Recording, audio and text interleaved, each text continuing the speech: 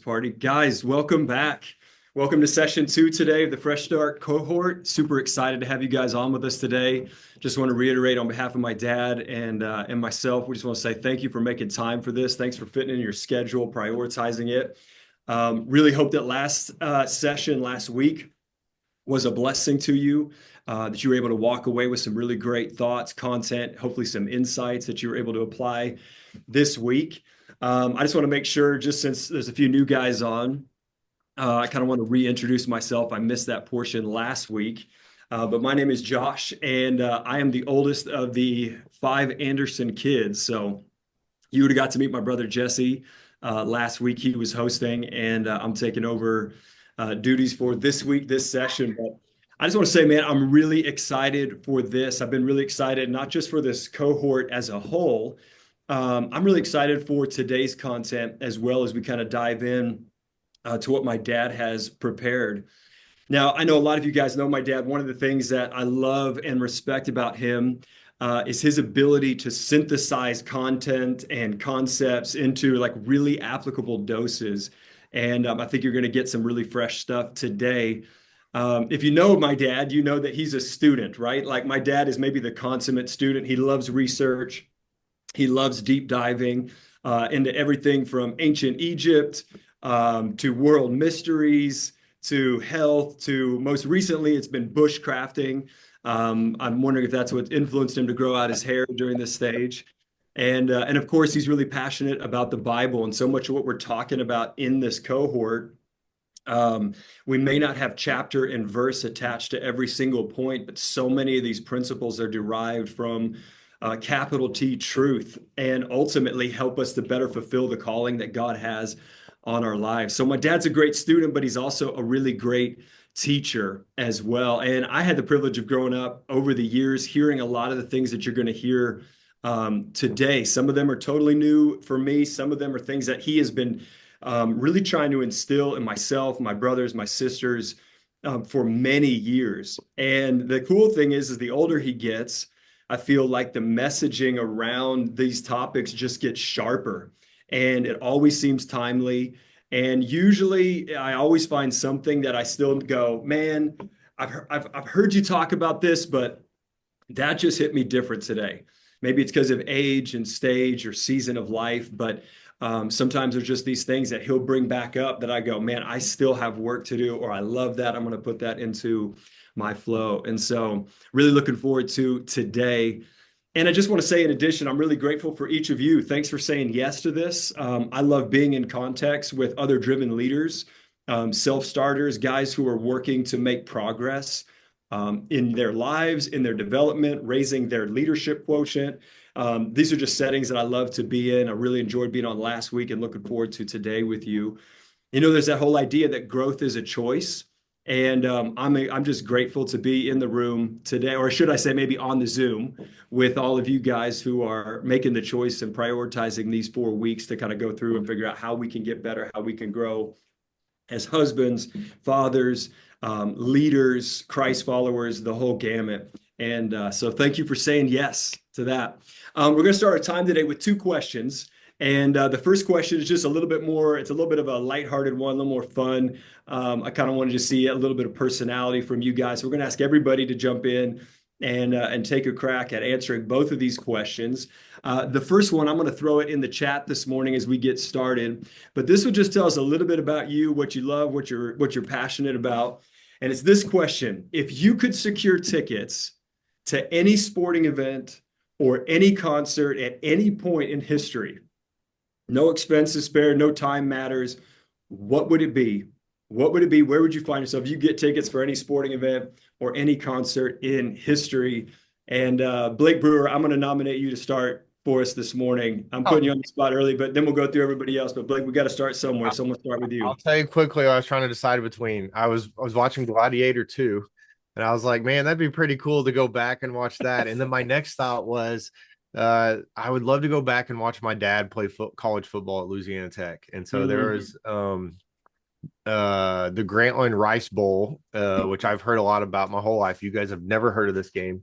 But my dad caught kind of a game-winning touchdown pass from Terry Bradshaw in that game, and so it's kind of like people in that area, North Louisiana, they know about this play, and so I'm like, man, that'd be pretty fun to go back and watch that. Man, actually a great reference. And obviously I've heard your story, Blake. Some of these guys probably have. I know that your relationship with your dad was really significant. So that's actually a really cool angle on that. Go back and actually watch one of your dad's games on that. Yep. Very cool. Very cool. Okay, who wants to go next? I'm not afraid to pick. I was playing disc golf a couple weeks ago with some guys, and um, I jokingly said, "Hey guys, I got an extra ticket to the Super Bowl. Anybody want to go?" And which I didn't have a ticket, and I wasn't going. And someone said, "You'd have to pay me to go to the Super Bowl." And I was like, "You know what? You have to pay me too." And maybe I'm just getting so old. I don't say it's not what it is. I believe this with all my heart, and this is how I really feel about life. I would rather play disc golf with my friends than go to any event where other people are playing their game. Hmm. I'm like, I am done. I spent enough time in my life either officiating sports or watching my kids play or cheering on the dumb Cleveland Browns. Here's what I'm done with in life. I am done being a spectator. I was not created to be a spectator. And anywhere where I'm a spectator, I'm out. That's so funny. What I'm about going a to be on concert? my field. I'm going to be on my field with my buddies. Anyway, I'm out. Yeah. What about a concert though, Mark? It's dumb. Put me It's on the stage. I'll sing. I'm not a learning a lot spectator. today. You I just will showed me not something. spectate. If I had the other day, someone invited me to something, and I asked him, "Is there going to be a speaker?" And Yeah, he said, "Well, yeah." I was like, "Well, I ain't going then," that's so funny. because why would I go somewhere with you and then not get to talk to you? Anyway, Yep. I'm out. I'm done. Go ahead. Okay, there we go. We got it. But For me, I would say I've got a 5-year-old daughter, and it's kind of out of the norm, but my wife and I love seeing live music, and we took our yeah. 5-year-old daughter to a band called The Head and the Heart at Red Rocks Amphitheater this Mm, past summer, and it was just yeah. a core memory for me. I almost get teary-eyed talking about it, but I've never been to the Gorge in Washington before. I've never really been to the Pacific Northwest, so I'd love to see. I'm pretty generic. I'm pretty like I haven't evolved my music selection probably since college, and I'd probably go see like Dave Matthews at the Gorge or There you something go. like that, like Glass Animals or something like that. Just my wife was definitely a festival goer when she was younger, and I got a small share of that. But I would say something like that, because with having my daughter go with us to a show like that where she knows every song and she's singing every song, and she's by far the youngest person at that venue, but it's a moment I'll never forget. So Yeah, something that's like that. cool. Very Yeah. cool. Man, the settings really make the music come alive. I'll tell you, my dad and I went a few years ago. We got to see David Gilmour of Pink Floyd. He was playing, Nice. yeah, he was playing in LA, and we just had at the Hollywood Bowl, and it was like full moon up above that night. Yeah. The sun had set. He's just playing, doing his thing. It was phenomenal. Very cool. So Yeah. I totally get that. Great answer. Thanks. Andrew Brooks, let's go to you.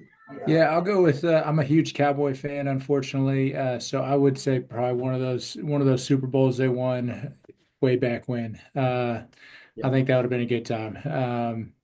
And then like I'm not a huge concert guy, like but my wife and I our wedding song was the Jack Johnson Better Together. So like if there was a small like something on the beach that he's done somewhere in Hawaii, that'd be cool too. Yeah, very cool. Great. Jordan Weston, I'm expecting a good answer from you. Oh man. Oh, thank you. Oh gosh, these questions are always hard for me because I just feel like I have so many answers that I don't can't think of off the top of my mind. But it was a toss up between concerts between U2 at Slane Castle There you go. um, or the rooftop showing the last Beatles Yes. uh, public, I guess, show on the rooftop. And so I would just to be able to like, I don't know, just be at either one of those for me, both of those bands are extremely formative, and so it'd just be a thrill. I would like to amend my answer. I would go to a Jordan Weston concert Circa 2013. because that is meaningful. Like I know that guy. Like One's I'm there coming for up. him. Hey, you I'm got a there show for coming up, him. Jordan. Jordan's got a show coming up in Tulsa. February That's right. 21st. Come That's on. right. Wait Where's for the details? tomorrow. The details for real? Put it in the chat. I'll put it in the chat. It's chat. actually, I'm not Let's headlining. go. I'll put it in the chat. I'm not headlining, but it's an artist Dude, friend of mine who's coming. Let's get to some Tulsa. promotion going. There's no shame here. Throw it in the chat. All right. bro. If you can't go, share it with somebody. All right. I don't want to cut too much into Dad's time. Jason, let's go to you real quick. Oh man, I tell you what, I love Mark's sentiment. I mean, about doing things with people, but shortly after I got divorced, having been married for so many years, you kind of lose a sense of identity, right? Of yourself. What is it you like? What do you do? You're so defined by being husband or father. You kind of lose a sense of self. I was invited to go see some music over at the Shrine in Tulsa. Those are local guys.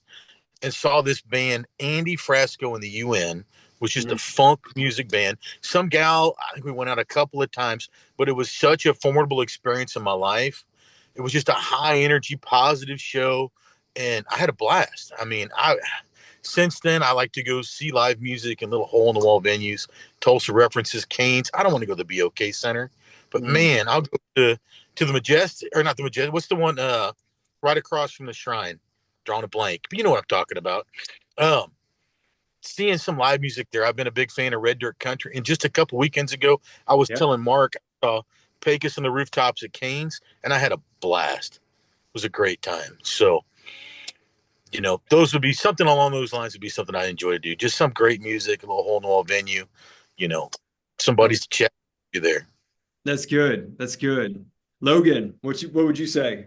Yeah, so I got two that come to mind right away. Probably I'm a big golf fan. I like golfing. I'd go to some of these Masters where I'd probably have to go back and pick one or two to.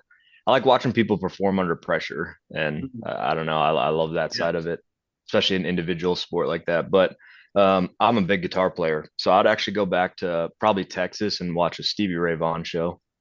Yeah, kind of idolize my guitar playing after him. So. Mine is hard to pick just one, but any of these, I would be interested to see Queen at Wembley Stadium. I think that would have been a pretty incredible show. I would love to have seen Oasis at Nebworth in England. I think that was 96. And I would love to have seen the Killers at Royal Albert Music Hall in the early 2000s. And I think it would have been awesome to see Elvis in one of his Vegas residencies somewhere in the latter years of his career. I think that would have been mind-blowing. So, Dad, what would you say? And then I'm going to segue us into setting you up here. Yep. Well, I alluded last week to I'm a child of the 70s, so I cut my teeth on good classic rock. Pink Floyd is my favorite all-time band. I would have loved to have seen their Pulse tour, their concert that wrapped up in 94 in London at Royal Albert, and loved to have seen that one. And then I would have loved to have seen the reunion of Led Zeppelin at Celebration Day. Love to have been there for both of those two. Just, man, seat someplace, something. Unbelievable. Thank God for DVDs. But anyway, yeah. Good answer. Well, I'm going to, because we have such great answers there, I'm going to save our second question for next week. We'll start off with it next week. So we're going to jump in. But guys, as it kind of gets ready, I just want to say this is it's going to be prime time right here. So, be reminded, you always get out what you put into it. And so I hope you're ready to receive today. Hope you're taking notes. The way I approach these things is like, what I'm usually excited for, maybe a speaker or a communicator, but I usually take notes with kind of a sacred anticipation that the Holy Spirit might even just in the course of that time, just, man, give me some fresh insight, bring something to my attention where I need to work, grow, whatever. And so the posture of just taking notes, being ready, having a notebook open or your notes app open, just says, man, I'm ready to receive today. And so I'm excited. And if you guys want to, I know we've already started, but if you don't have the chat window open here on Zoom, it's great. And that way, as my dad is talking, if you like something, you want to comment on it, we can kind of respond in there. So jump in the chat with us as he is communicating today. And then we're going to jump into it. Let me pray for us, and then Dad will let you get started. All right. Lord, we're so grateful for moments and settings like this, Lord, where we have an opportunity to grow, to get better. And God, hopefully and ultimately, we want to be people and men who are pleasing in your sight, and God, who live lives that are worthy of the calling that you've given us. And so we're grateful for opportunities like this to be stretched, be challenged, to learn. And Lord, I just pray that today for each of these guys that are on this with us, that you would speak to them specifically about their situation, about their own lives, about their businesses, their families. And God, you would begin to reveal to them your perfect will, your steps for them in this year in 2025. I thank you for what's going to happen in these next few moments. We give you all the praise, all the glory in Jesus' name. Amen.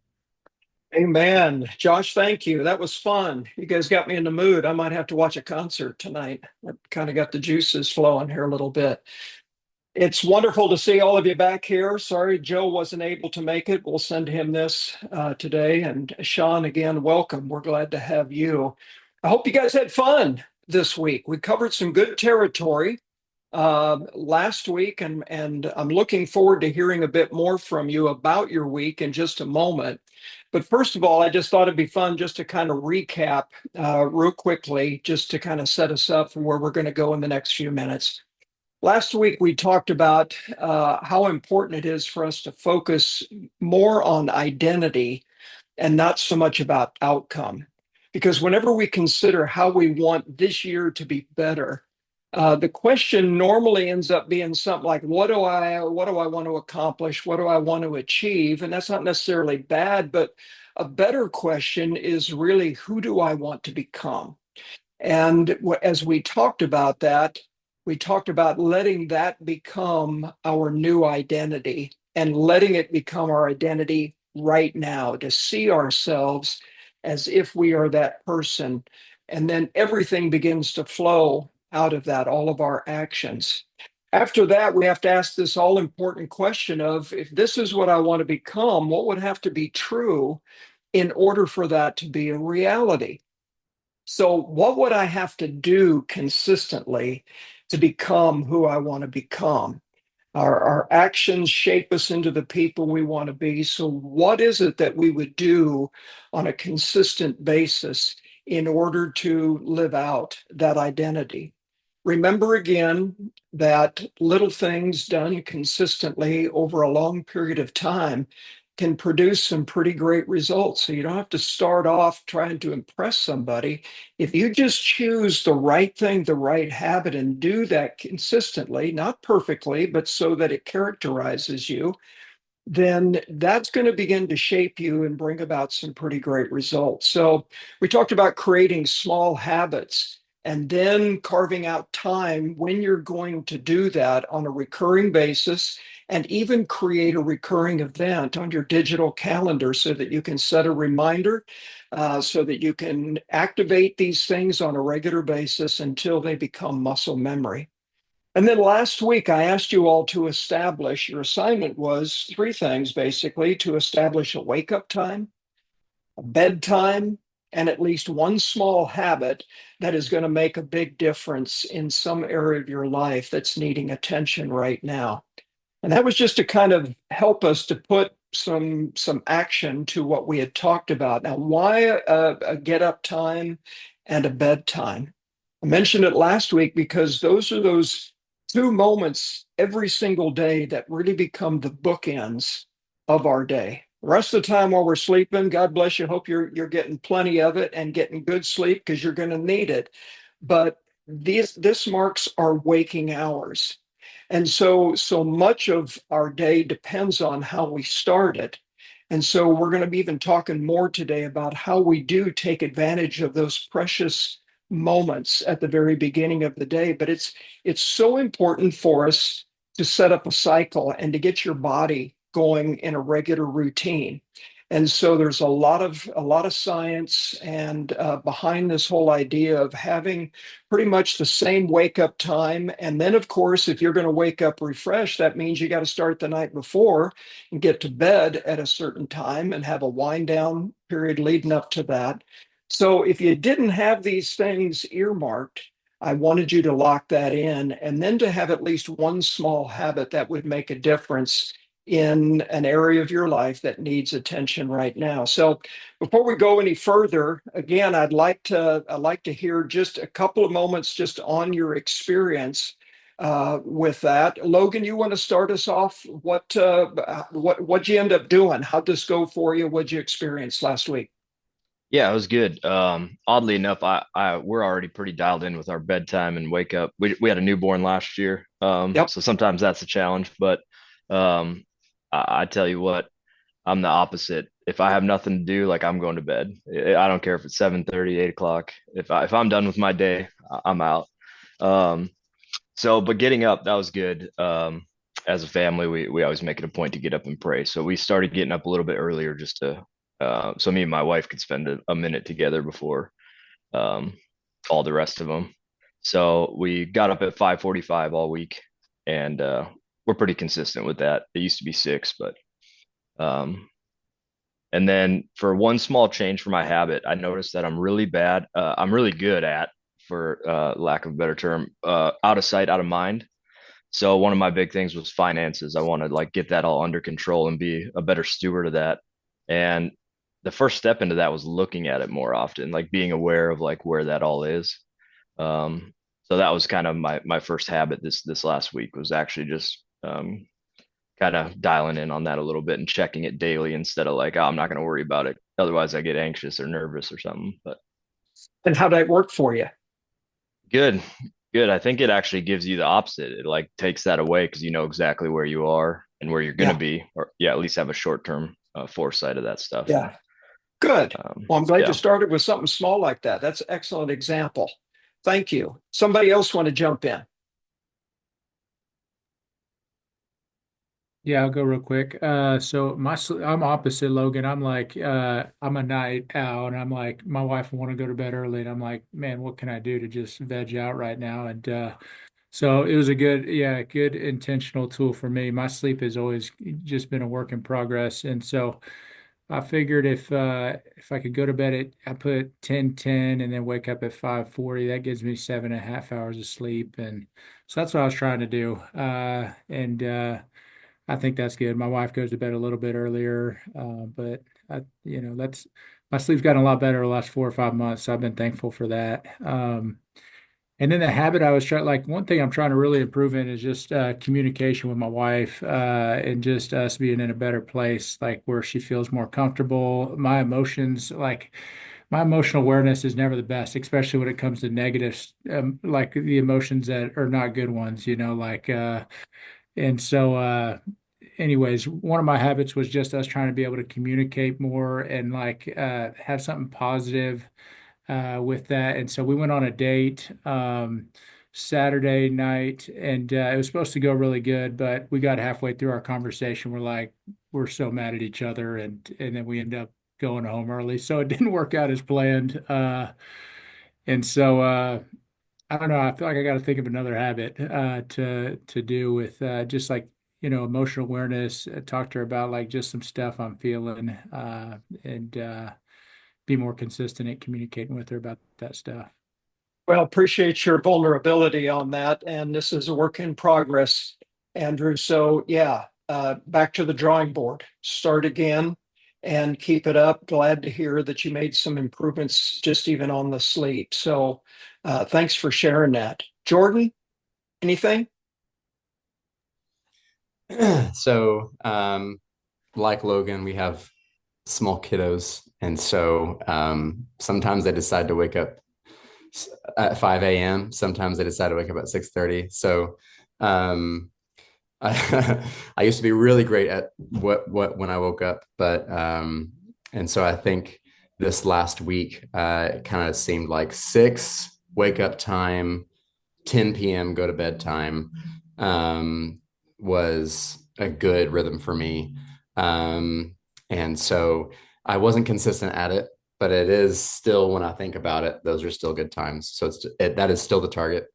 And then in terms of a habit, we put our kids to bed around 6:45 or 7, and we stay really consistent with that.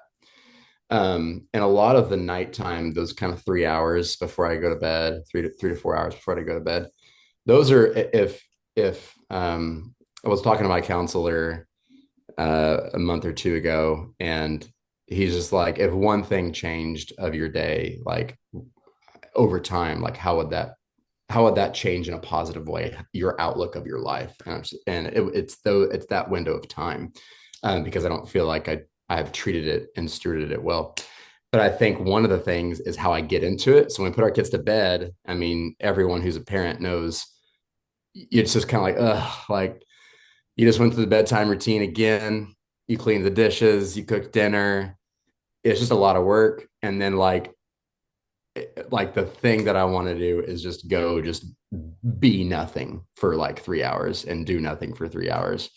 And so it kind of had in my mind, just like, what if I did something, like went on a walk, or did the dishes, or did something productive, maybe even work, since I'm a freelancer, and like did something that still forced my mind into that good way. And then I would find myself, just kind of in that flow. And then it's like 8:30 before I know it. And it's like, okay, well, I just spent a good amount of time doing something that was either productive or something that was good for our house or just good for me. And then it just cut my time down of like vegging, like Andrew would say. And so that's I don't feel like it's settled yet, but it is something that I feel like is beginning to work. I really appreciate you saying that, and I think you're really going to enjoy today. I think it's going to cause you to think even more focused, and you're on the right track. And I think this will be a tremendous help. Jason, how about your experience this week? Yeah, I'm more along the lines of Andrew. My sleep schedule's been all over the board. Um, Setting a more consistent start and end of my day, it's been a good thing. I set the alarm for 5:30, and there's times I'm up earlier than that, and I set my shutdown time for 10:30. Last night I had a lot of correspondence to get caught up on in this industry organization I'm a part of, and I don't think I shut it down until about 11:30, and that happens. I think it's showing myself grace in the process, but having daily goals to, hey, okay, this is when you're going to start the day, this is when you're going to end the day. Being intentional with that. Um, the daily habit I've reinstated is reading at night. Even just a little bit, 10 pages, to kind of focus my mind, because I have a hard time shutting it off at night. Um, so getting back to that habit's been a good thing. Doing that and then going to a little bit of meditation to just quiet my mind and help me to get some decent rest.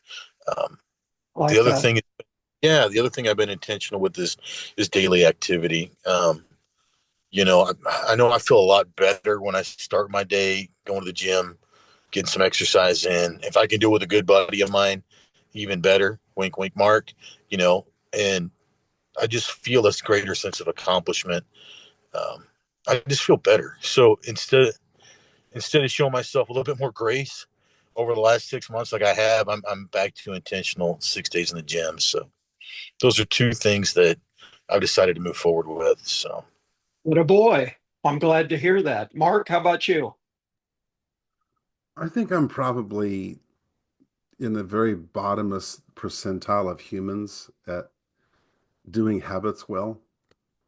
If there's a low ranking, like I'm down there. And the other day, Jason invited me to go to his gym and work out with him as a guest, and it's a gym I went to up to 4 years ago.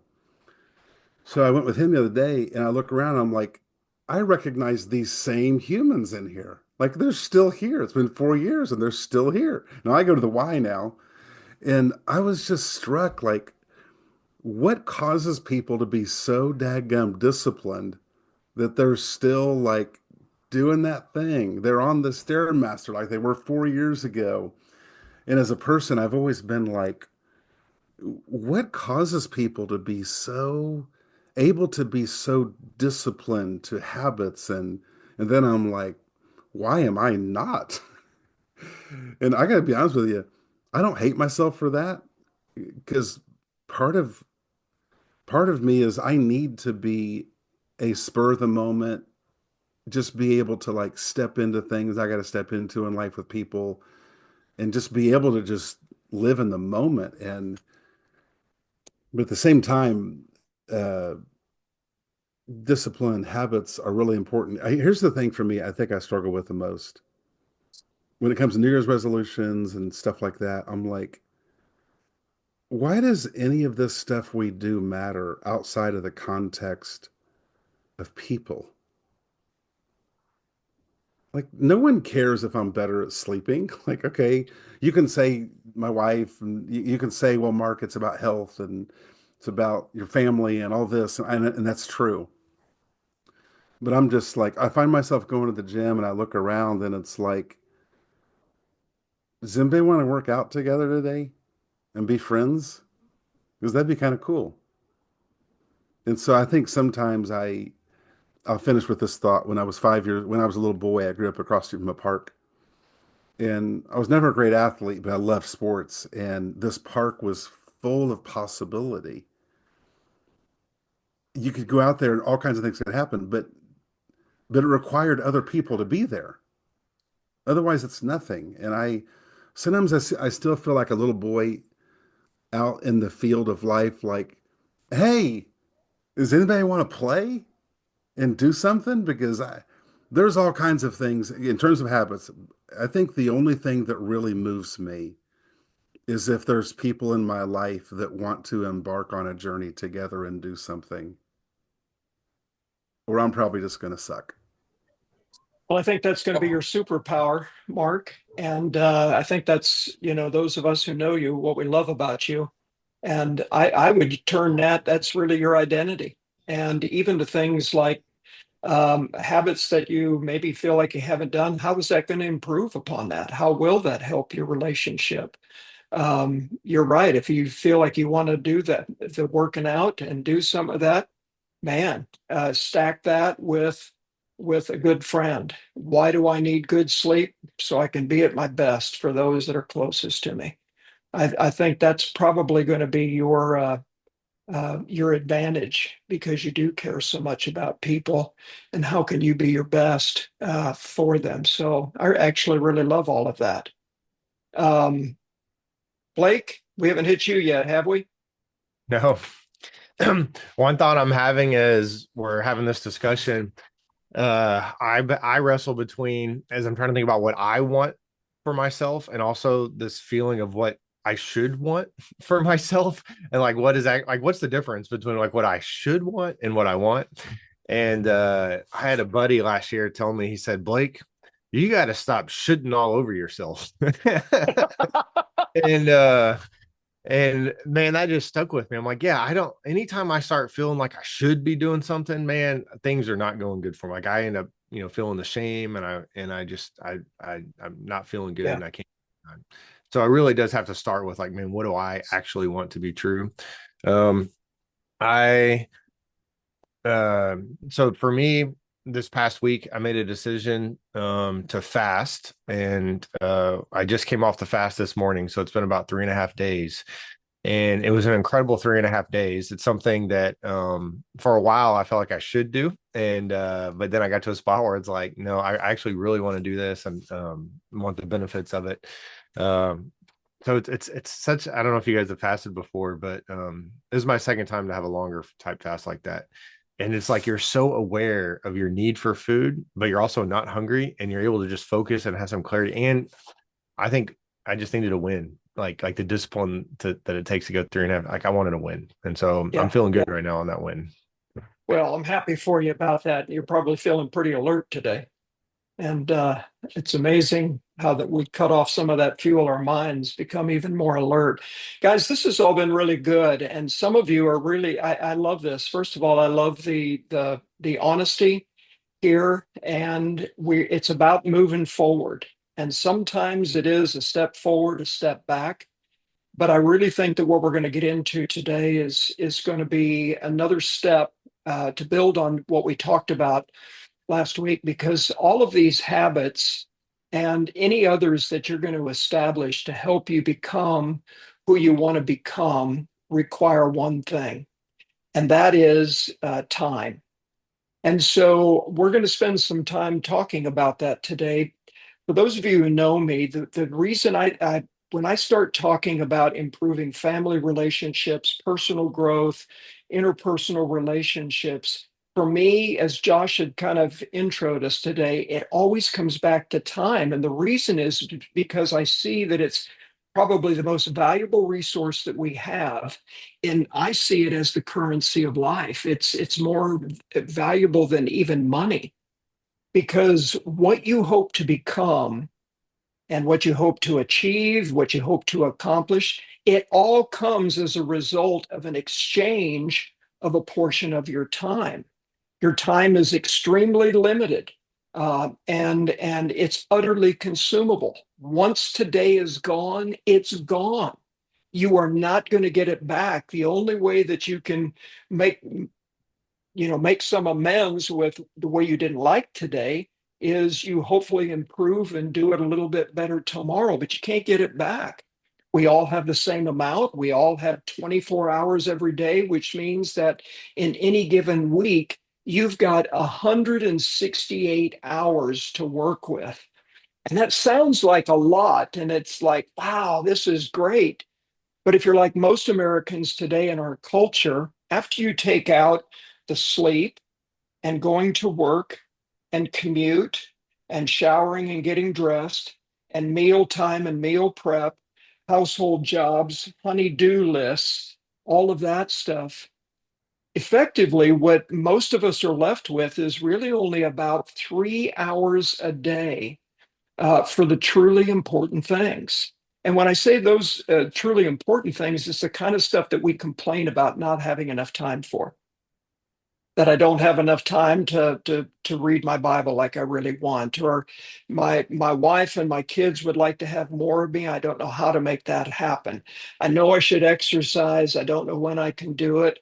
I'd love to have a hobby. I hear other guys do that. I have no idea how that could possibly happen. I'd like to be involved more with my church, maybe volunteer, maybe be a part of a small group. These are the things that we complain about, but I'm convinced that we all have all the time that we need for our greatest priorities, for what God wants us to do. So what that means is there's a whole lot of other stuff in there that probably we're going to have to give some thought to. You don't have enough time for everything that you could do, for everything that you would like to do, or for everything that other people want you to do. It really comes down to prioritizing and saying no to lesser things. And that's why we're calling this session today, First Things First. Today, we're going to focus on prioritizing those key blocks of time every week to be able to create some space for the things that really matter. Jordan, you talked about having these several hours after putting the kids down. That is valuable real estate, man. So what do we do? How do we create space for some of the things that we said, I want to become better in this, in some relationship, or maybe in relationship to my job? What does that mean? That's what we're going to go to today. And this leads us to the importance of what I talk a lot about, and that is big rocks. How many of you guys know the story of big rocks, and you get the analogy? So I'm not going to, for those of you who don't, or maybe it's been a while, I'm not going to go into it like I normally do, but let me just show you the picture here. I've got this glass jar of, it's a little weird on the photo there. It's of big rocks, little rocks, even smaller rocks. This sits on my desk or on my credenza because it is such a powerful principle that I learned decades ago. It just reminds me of what we're going to talk about today. And in essence, we let this glass jar represent our day. And you put in all of these big rocks and things that you're going to do. And when it fills up, it looks like it's full. But as you begin to look at the end of the day, there's probably some lesser rocks that have built up in there. And if you really look at it, there's even some smaller spaces in between these big and smaller rocks, and you could probably pour some sand in there. And even if it looks completely full, the reality is that you could probably pour quite a bit of water in there as well. And anytime that somebody gives this presentation and asks the audience, so what does this mean? Generally, somebody says something like, well, no matter how full your day is, there's always room to cram something else in it. And that is exactly what most of us are thinking about. We're trying to cram more and more in our day. I was right there. That's where I was as a younger man. But I learned this lesson early on, that it's not how much you do that really matters. It's what you do that really makes the difference. When I was a young dad, only had two sons at that time, and was starting to come up and become a little more successful in a large growing church here in Tulsa. I was just learning about time management, and I thought it was all about that. How do I become more efficient? How can I try and get more done every day? But eventually, no matter how good that I got to a place where that day was chock full. There wasn't anything else that I could have done. And so instead of focusing on more, we need to focus on what's important. And I shifted decades ago thinking instead of efficiency to effectiveness. Efficiency is all about, doing things in the right way to be able to do them quicker and that. But effectiveness is really thinking about doing right things. What are the things that I really need to be focusing on? So you're going to have to get really good about saying yes to what is truly important, and then being okay with being able to say no to other things, even good things. It doesn't make them bad, but you can't do everything. And you got to resolve that right now. But you can do what is truly important. So the real lesson out of all of this regarding big rocks is that you've got to get them in the jar first. Otherwise, they're not going to get in. And the reason why we talk about big rocks is because they equal these priorities, these things that we say truly matter. Real priorities like our time with the Lord, our time with those closest to us, our wife, our kids, grandkids, when we get to that place, having some time to replenish. These are the things that often get squeezed out of our schedule because we didn't put them in first, and yet our days still fill up. Our days are always full. There's always something else that creeps in. And so if you don't put those priorities in there first, it's just leaving room for these lesser things to get in there first and squeeze all of that important stuff out. So most of you said last week that what you're really wanting this year was under the categories of, I just want to be a better man. Some of you said, I want to be a better husband. I want to be more successful at both work and home. And so what we have to do is to create space by blocking time in advance for activities that, if you do these things over and over again, they're just going to naturally move you towards that better you instead of it just being kind of hope so. So again, you have to get the big rock priorities in first. And you do that by using a tool that I call the Master Weekly Calendar. This is the tool that's going to help you to create your ideal week. Now, I'm a Dave Ramsey fan, and if you guys are too, you've probably heard him say before that you've got to tell your money where it's going in advance. That's what a budget really is, or a spending plan. In advance, you're saying, I've got so much money. Here's where those dollars are going to go. So he says you got to give every dollar a name instead of just first come, first serve, who's going to take it from you. And it is the same thing with your time, that you're going to have to tell your hours in advance where they are going to go and how you are going to spend them. When people talk about their budget, they get all defensive, and they don't like a budget because they feel like it's something that's been done to them and it's very restrictive. Now, I know you may not have all the money that you'd like to have, but at least with the money you do have in your hands, you have the choice on how you want to spend that. So that's kind of fun. That's kind of cool. And it's the same thing with your time. You might say, well, I don't have all the time that I want. Well, all right. But here's the 24 hours a day I do have, the 168 hours this coming week. I get to choose how I'm going to spend them for the most part. Now, the best unit of time that I have found to do this planning is in the context of a week, of 7 days. I think there's a biblical perspective to that.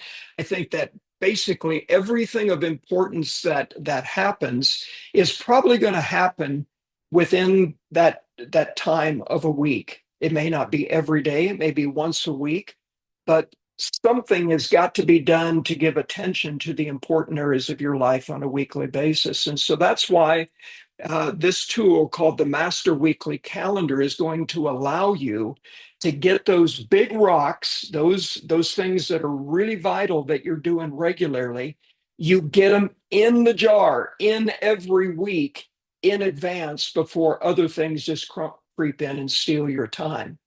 Now, you say, well, I've already got a calendar. I'm not talking about your digital calendar or your month at a glance on your desk. This Master Weekly Calendar is not for where you're going to be putting down all the ever-changing appointments and meetings that are different every single week. It's a template, and it's a place where you focus on those big rock activities that are going to help you to become who you really want to become that better husband, better dad, better follower of Jesus. I want to be less stressed. I want to become healthier. Okay, those are great things. What activities would have to be true either every day or every week on an ongoing basis in order for me to become that person that I want to be in the most important areas or relationships of my life?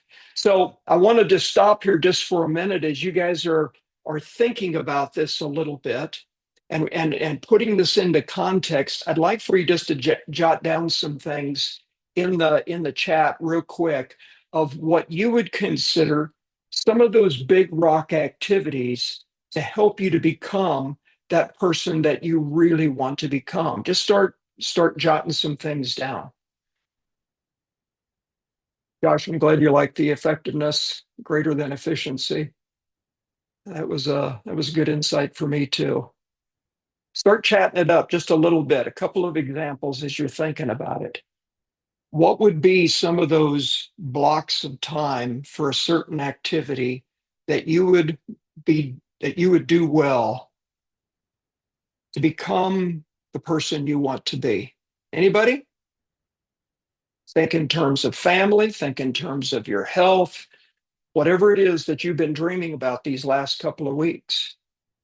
Okay, a workout, date night, family time. Awesome. Those are some great examples. Blake, starting off each day with some gratitude. I love that. What I want to be true that day, and your I am affirmations, time with God. Love this. Hold on to that. We're going to find that time here to do that regularly before we leave here today.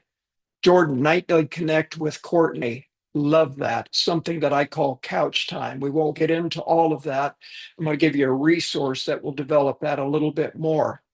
Josh, a financial review, kind of like what Logan was saying, having those regular times to stay on top of that. Sean, gym daily for 90 minutes in a better, I'm a better person after I sweat. In uninterrupted time with my daughter. The same with my wife. Good.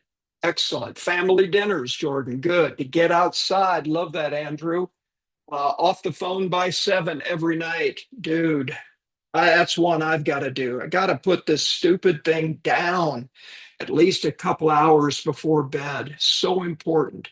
Time to review, decide what needs to carry over to the next day. Intentional time with my wife and my kids. All of those things. Thank you for that. Hold on to that for just a second and be thinking in that. You guys are getting it. So these are the things that you would put in that master weekly calendar first. And then everything else is going to have to take a number to fit in. Just lost my headphone. Fit in everywhere else, or it's not going to get in at all. This is how you build what I call the ideal week. Now, just stop here for a minute. How good does that sound?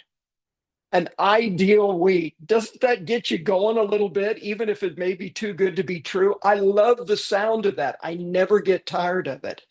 So when I say ideal week, again, what are the things that, let's put it this way, that your ideal self would do every week? When you think of the guy, the best version of yourself, what would be those quality things? What would be the activities you would prioritize your ideal self would do every week? And if that causes some ideas that you didn't already have down here, go ahead and jot that down. Josh, you've got down time for reading. Excellent.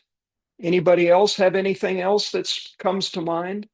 What would your ideal self do that we haven't already mentioned here? Anything else?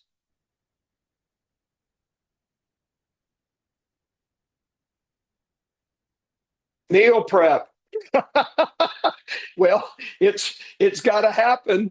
It's one of those things that we very seldom think about time for, but it's an important thing. Somebody's got to do it. So let that kind of roll around on the inside. Connect with people more often. I love that. Logan. Anybody else work out to reflect on the day? Reflect is a really great one. That also we're going to talk about here momentarily. So you're making space right now by scheduling events and, of course, setting the reminders, getting buy-in from other people like your wife or kids that are going to be involved, and then just showing up and running the plays. And it's not about perfection, it's about being there. Mark has given us several ideas today and emphasized the importance. How great is it just to be with those who are closest to us and to do things that are fun, that we have time together, we're creating great memories, great conversation. That's what makes up the majority of our life. That's really going to give us the rewards and help us to become the guys that we want to be. And you're going to notice that by prioritizing your big rocks and putting them in this template, it's actually going to look like you have less to do. You're going to have less of these other things that have just been crowding out all the truly important. But I want you to remember again that you don't have time for everything that you wish you could do, or what other people want you to do, but you do have time for what God wants you to do and for what's important to you. This isn't about getting better at time management. That has its benefits. It's not about cramming more stuff in your day. It's putting big rocks in first. So even if your day goes sideways, you can look back and say, I didn't do everything that I hoped to today, but I did get some of the most important things done. Getting comfortable at saying no, being okay with that.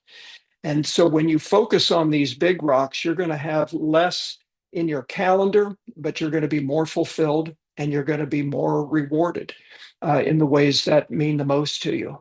Now, I use the word ideal week because emotionally it's very exciting, but don't mistake it. It's not about perfect week or a perfect plan. There is no perfect plan. There is no perfect week. And until we get omniscient, we're always going to get caught by surprise, and there's going to be some things we have to adapt to.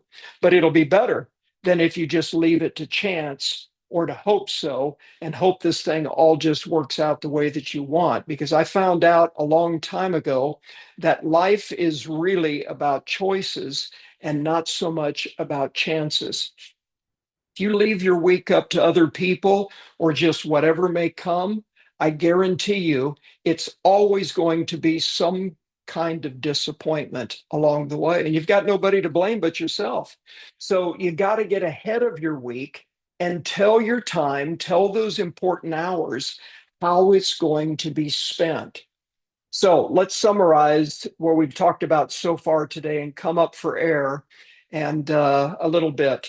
So the summary is this. First things first, it's big rocks. You put those in your weekly plan first, and you do that so that you keep these lesser important things from squeezing the truly important things out. So we're going to take a little bit of time right now to talk about this. And I want to take some time to hear from all of you. So let's just come up for air. And I need to kind of pull back a little bit. And then we're going to land this plane here after a little discussion with some practical applications so that we can go forward this week and make it even better than what we want. So first thing is, anybody just right off the bat, something is, you're chomping at the bit. There's something that stood out. You're liking something about this. Anything that way? Something that you heard was really a big deal today? Otherwise, I've got some other questions I'm just going to throw out. I mean, I've heard the jar analogy before for sure. I think putting it practical and sitting down with my wife and be like, you know what? Because she is the yin to my yang. I think sitting with her and being like, you know what are my big rocks of the week? What fills my cup the most? You know, because I call it the whirlwind, where I'm just constantly there's distractions one after another where I could be doing that, and then I don't get that time with my wife or my daughter. But just sitting down with her intentionally, and we talk, you know, nightly every night just about whatever. But just be like, you know, what are our rocks as a couple that, you know, brings us joy every day that we can make sure and prioritize weekly. Absolutely.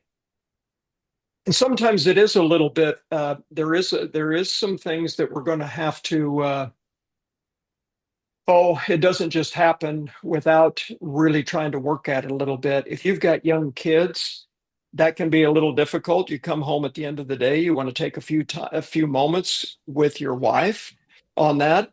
That's going to take some training. And it's not going to happen just the first night, but eventually we can begin to condition our kids and learn how to, you know, kiss them on the head, give them a hug, and say, we're going to have all the time in the world later after dinner to have a little bit of time. But for right now, this is time with mom. And it takes a little bit. So, but it's worthwhile, and you keep chipping away at it, and you make that a priority. Yeah, I think I need to condition myself to say no to my daughter more than her. Well, that may be true. Yeah. And it's tough. It pulls on your heartstrings, and we do that. And so we have to be able to say it's not no, it's just not now. And we're going to have time, and then we find that time to be with them later. What do you guys think about this idea of an ideal week? Is that new to you? Is it helpful to you? Is it exciting? Talk to me a little bit about that. Yeah, Jason? I think, you know, it's important to have done some soul searching in your life and get some clarity around what your purpose is, what's your why, and really understand what I put my focus and intention to is what's going to happen. That's really it, you know. And if I'm not doing it, then is it because I'm not managing my time well? I'm speaking to myself. Or is it because it's really just not that important to me? And that's okay. Am I doing things out of a greater sense of fulfillment and drive? Or is it one of those, am I shooting all over myself? Like, I love that, you know? Or am I We're doing going to get a lot of mileage out of that one. Yeah. Am I doing it out of a sense of obligation? If it's obligation, it's BS. Let it go. And it's hard because as men, as fathers, protectors, providers, we have a lot of perceived obligation projected onto us, right? You know, but really get deep into what it is you want and who you are. And it's hard. I mean, I'm 50 years old now and I'm still figuring it out. But clarity around that first above everything else is what's going to help everything else fall into play. So that's that, Jason. Yeah, you're right. So much of our lives, we end up doing a lot of things that we feel an obligation to somebody else or what others are expecting of us to do. And there's some of those things that are certainly valid, but you're right. You got to get clear on what it is that you truly, genuinely want and need. As we said last week, no wind is the right wind when you don't know to which harbor you're sailing. And once you identify that and begin to bring the power of focus to it, like what you're talking about, then we just naturally start going that way. But maybe we're choosing a target that we really just don't feel that strong about. And maybe you're putting this on yourself that I need to work out, 60 minutes, 5 days a week or 3 days a week. And you just say, I'm not going to do this. Maybe there's something else that you're going to have to figure out a way to keep you in the kind of health that you want. So excellent. I like that. How about the rest of you? Anything on the ideal week? Is that an exciting, motivating kind of thing? Does it light you up? Yeah, man, I think that's yeah, I think it is exciting. It just gives us some control of choice of what we can do to make a better week rather than, like you said, giving it up to chance. And yeah, I think it's not about the perfection. I get caught up in that where if it doesn't go perfect, then you feel like, it wasn't worth it. But just like in sports, you got to play, you run a play, and most of the time it doesn't work it's usually designed to score a touchdown every time, but it doesn't, in football, it doesn't happen that way, but you still run the play. But yeah, just being intentional with that, I think that's real helpful. That's a good point, Andrew. The other thing about this is sometimes when I ask guys, what do you like to do to relax, to recharge? And most guys don't have a clue for the most part. And so another question is just simply to say, so what if you had 2 hours today that you didn't have to be anywhere? It was completely free, you had no obligations, no meetings. What would you do? And if first, after they kind of lock up a little bit, like I hadn't really thought about that, that's what I'm giving you permission to do right now. You're not going to completely blow up everything, but I want you to have that permission to say, something, I've been telling myself for so long that I don't have enough time.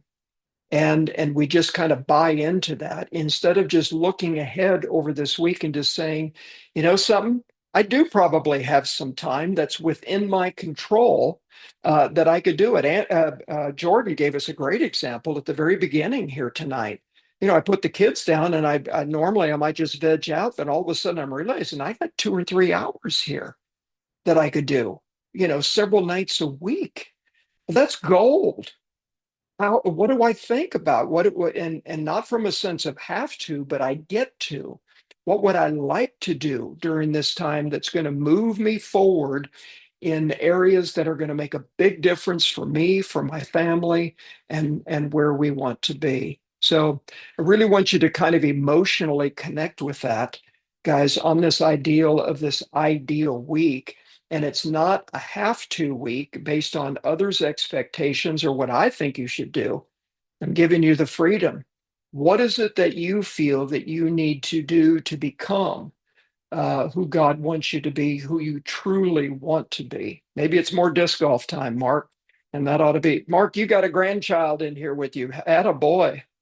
That's the best deal right there. I didn't see her sneak in. Yeah, she's the So, best.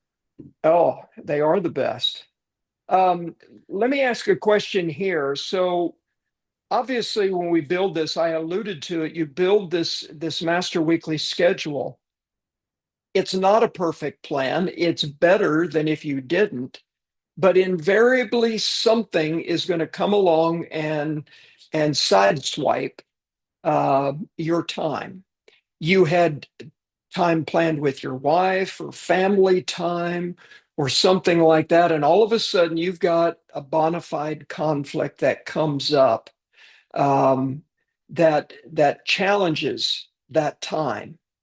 How have you handled that in the past? How do you think you might be able to handle some of those things? And I'm talking really a big rock activity that you really want to prioritize. It's the thing that's gone in here first, one of these big rocks. And you want to be careful about pulling that thing out because you've made a commitment and saying, these are things that are going to help me, help our family to become who we want to be. How would you handle some of those conflicts? Anybody got anything that's worked good for you? Yeah, I think I learned a while ago, just the value in marriage. So I'm relatively young, but this is the second time I've been married, and um, good reason for it. But one thing, so like when things happen like that, I learned a long time ago that like me and my wife are in everything together. So I might be the only one that's, maybe on staff at the church, but she's on staff effectively. Like we just every situation, because I used to really make things black and white. Oh, this is something I have to handle, or take all that responsibility on myself. To where, I mean, that's the whole reason we were married, for that support system and that. So I just really learned how to we just do everything together. That brought us a lot closer to and shared ideas and stuff like that. But that way, I mean, you're kind of, I guess, killing two birds with one stone, so to speak, of like, I want to spend that time with you, but if we're going to get caught up in some of this, you're just going to have to come along for the ride, because otherwise you do end up pushing things off that you don't want to. So yeah, that's one thing I've tried to be better at this last year. Very good.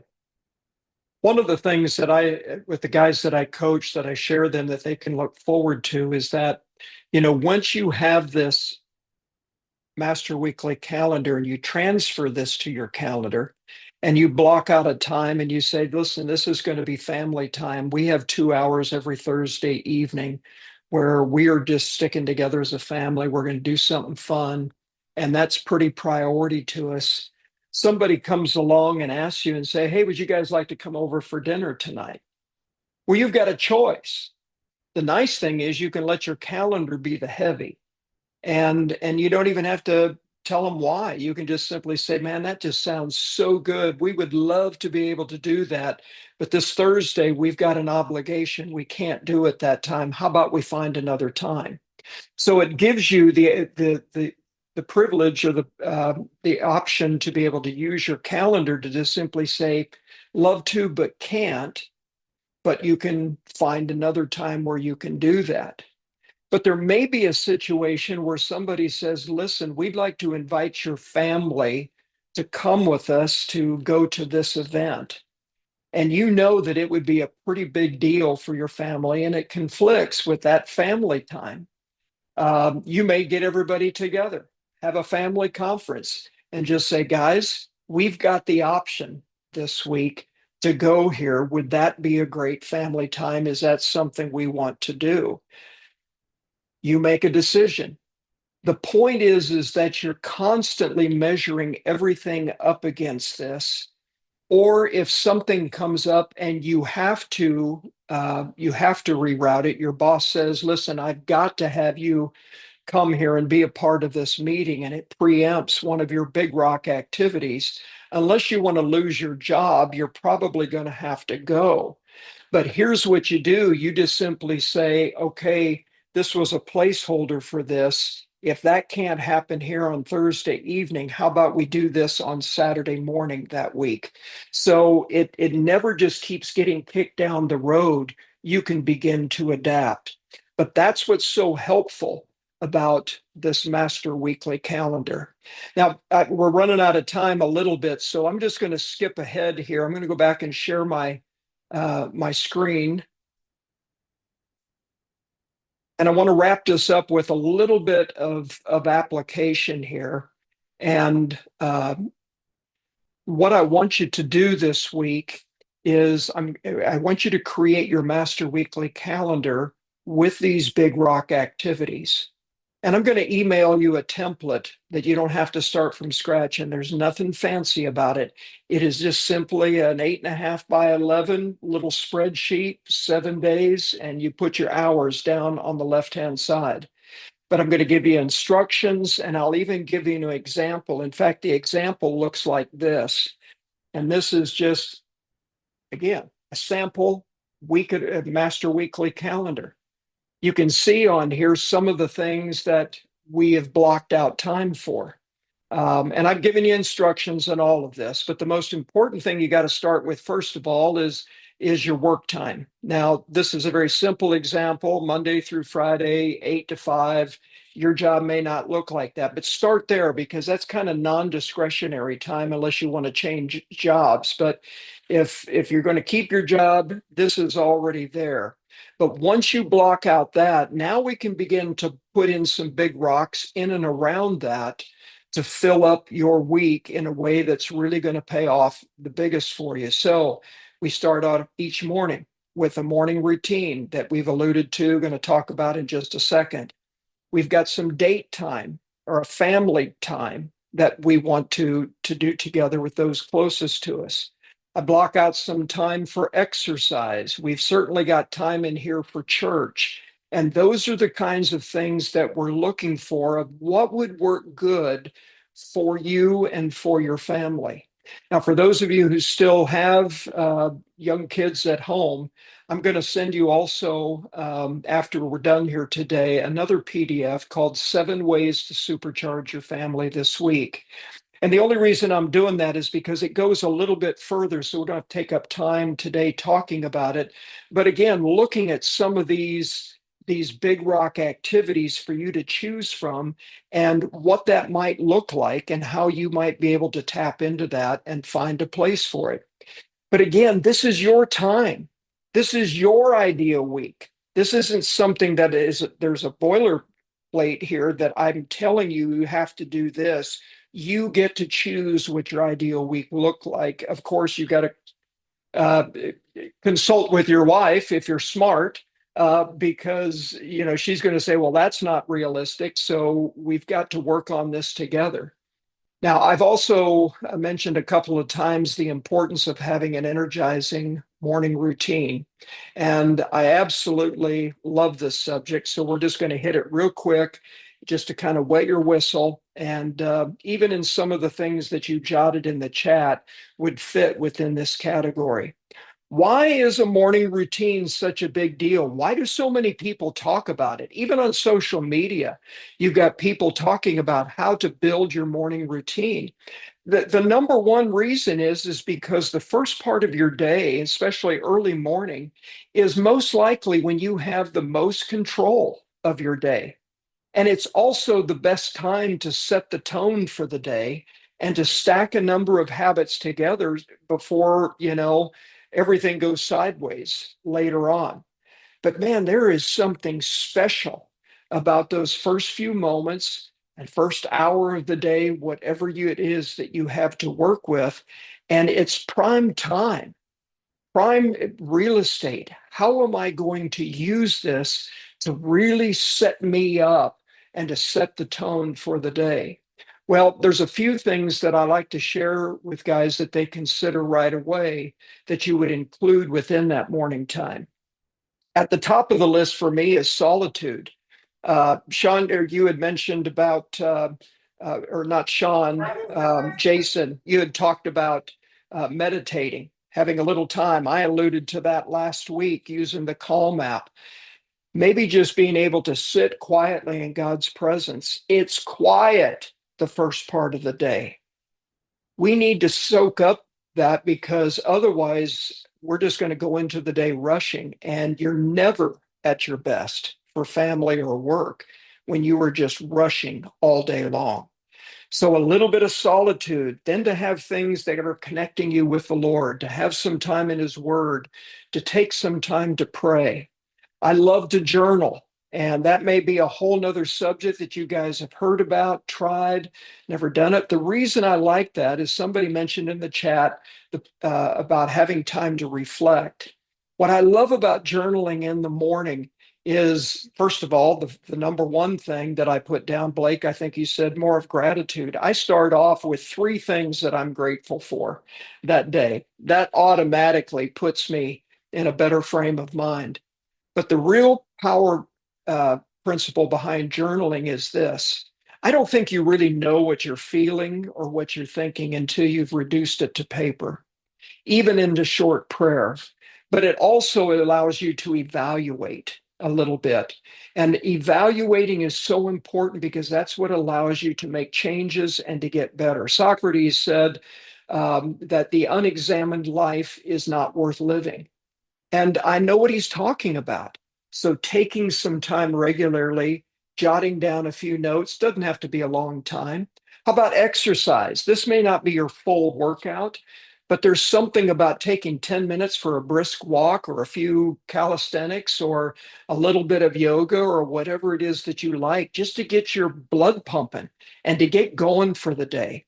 That's so helpful first thing in the morning. And then even to make time for a good breakfast. And again, the reason we don't is because we don't plan on it and we just rush out the door with some kind of snack bar and a cup of coffee. And I'm just telling you guys, you are worth more than that, and your body needs better than that. So we need to stack the deck in our favor mentally, emotionally, intellectually, physically to get the best start that we can. I'm going to give you a link in the resources today for one of my favorite books on this subject. Those of you who know me know that I recommend it a lot. It's called The Miracle Morning, and it probably helped me more to craft what I'm enjoying now and have for years. So I'll send that to you. All right. So again, I first of all want you to draft your ideal week using your master weekly calendar and block out times for big rocks. And then to put those things, transfer them over into your working calendar, probably a digital calendar on your computer, on your phone, and start walking this stuff out. Don't worry about, well, what do I do? Or I want to make sure I'm doing it right. It's not about right or wrong. Just show up. Make it fun. Start investing in yourself and in your family. If it's family time that you're carving out, just do something fun and get everybody involved, and don't let money become an issue. Get creative, do something fun that doesn't cost anything. And then the last thing is just come prepared next week to talk about this, because I want us to share in our successes and maybe where we stub our toe a little bit, some things that we're going to do different next week. And that's the beauty of this. This is not written in stone, guys. We get to make this even better. So, any other questions about anything that I just hit right now? Otherwise, we're going to kind of land this plane and wrap it up with a few closing thoughts. Josh is going to take us out. Any other questions or comments about any of this right now?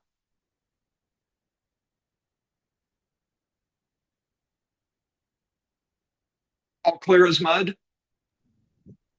All clear as Really mud. want you, I really want you to have fun with all of this. So, all right, Josh, why don't you close us out here? Yeah. Thank you so much, Dad. Guys, let's thank Kirby for today. Throw something in the chat, and I would love to hear maybe just in the last couple minutes, maybe from two or three of you. I just kind of want to bounce it around a little bit. I want to hear from you. What stood out to you? What are you taking away from this session? I'll start by just saying this is one of the things that I jotted down. I put this in the chat to show my reaction to it, but this whole idea of effectiveness being greater than efficiency.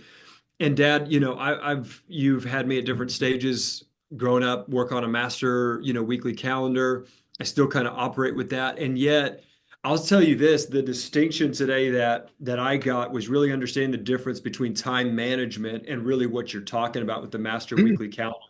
These two things are separate. I think still in my thinking, I was thinking about them as sort of synonymous, as linked together. And I know they overlap, but really what you're talking about is like living life by design, not by default. So you're kind of architecting, hey, this is what an ideal week would look like. It doesn't matter the specifics inside of the week. That's what your calendar is for. That's where time management comes in. But not just thinking, and this would be something that I have to watch, is not just being hooked on efficiency, just trying to do more, get more in, less downtime, less wasted time, taking calls on the road, fitting stuff in, being highly effective with meetings, blah, blah, blah, all that stuff. It's great. But what you're really talking about is something even bigger, something outside of that. And I don't know, it just hit home a little different for me hearing that today than I have, even in the past as you've kind of shared some of the stuff. So effectiveness over efficiency, really, really good. Priorities, not just time management. These are really good thoughts that I took away, but would love to hear from maybe two or three of you guys before we wrap up officially. What did you take away? What are you thinking on? What are you mulling over? What are you excited to put into effect this week? Yeah, Jordan. Yeah. So I think, I think of the shift that's happened in my brain after today too, because I didn't realize this before today. I've heard obviously the master calendar before, Kirby. I've heard it from you. And the hours that I talked about at the beginning of this call after we put the kids to bed have seemed to just dawn to me. Angle of we've had a weekly master calendar for several years. We've had a Sabbath day in our week where we rest, we stop, we enjoy our family. And then it that led to a family conviction for me and Courtney to have breakfast and dinner at the table. And to me, 5 p.m. to 6:30 is like it's just locked in my brain. That is immovable in terms of family time and dinner time. And that 7:30 to 8:30 or 7:30 to 8:15 before we take our daughter to school, that's just like locked in my brain. And I just know that that's not even something that I would even negotiate because it's just that is a set thing. Right. And I guess I just didn't remember that, I guess, before today, but it was encouraging to me because it's like, wait, I've been doing this. This is something that I've been already doing with a portion of my time. Now, going back to the last week of the power of a streak, like if I get a week, if I get 2 weeks, if I get 18 days, however long of good, consistent treatment of those few hours, I think the same kind of thing can start forming, obviously with a little bit of flexibility because there is family time is a unique kind of time. But at the same rate, I was encouraged to know that I'm not just like starting from ground zero. I have been doing this in other blocks of time. So it was just really encouraging. Excellent. Yeah. Thank you, Jordan. Who else? Another one or I'll two? go. Thank you. So, since I'm working on like emotional awareness, Kirby, when you said, I don't really know how I'm feeling until I put it on paper, super helpful, something I can start the day with at least. And, things I'm grateful for to just, get the engine going and just putting it on paper. So just having that awareness, that's something I can implement. Good. Excellent, Andrew. I'm glad. This is what's great about this stuff that, the Holy Spirit gets in here and he just grabs these little nuggets that all of a sudden are just life to you. So I really enjoy hearing that. I'm so glad. Yeah, perfect. Last one. Who wants to close us out? I just had a quick comment for Andrew. Brother, I appreciate you sharing your story and some of the struggles you have in your relationship. Don't just do the journaling then. It's been very beneficial for me when I've been dealing with those big emotions for me to pause and journal about it, write it down. It helps me kind of get a little clarity in my mind to make sure my heart and my mind are connected. And before I go releasing a lot of that stuff. So, brother, I just want to put that forth to you and encourage you in that. A divorced dad at 2, believe me, I can appreciate it. So that's all I had to contribute. But thank you. Nice. That's great, Jason. It's a good contribution. Thank you. Appreciate that. Logan, I loved your comment here in the chat too. I'm just feeling that really strongly today, that whole effective and intentionality thing. So I'm glad I'm glad it's helping you as well. Well, guys, for this week as you go, I want to just send you out with this. Remember, the most important resource you have is your time. And as we're talking about big rocks for this week, I think one of the rocks you should put in place is intentionally setting aside some time to create your master weekly calendar. Just kind of take the template that my dad shared, and that I believe you're going to be sending that out in your follow-up email along with that 7 ways to supercharge your family, which that's incredible. Thank you for that. And and as you guys go through that, create your ideal week. Get those big rocks in place, and then take that and transfer it to, whatever your digital calendar is or paper calendar. I don't know about you guys.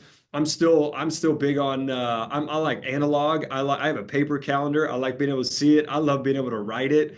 I did the iCal thing for years, and then I was like, and in some ways it's a journal for me too. I have these things for the last, 10, 12 years. I can just look back and remember exactly what I was doing at different times, at different seasons or different cities that I was in.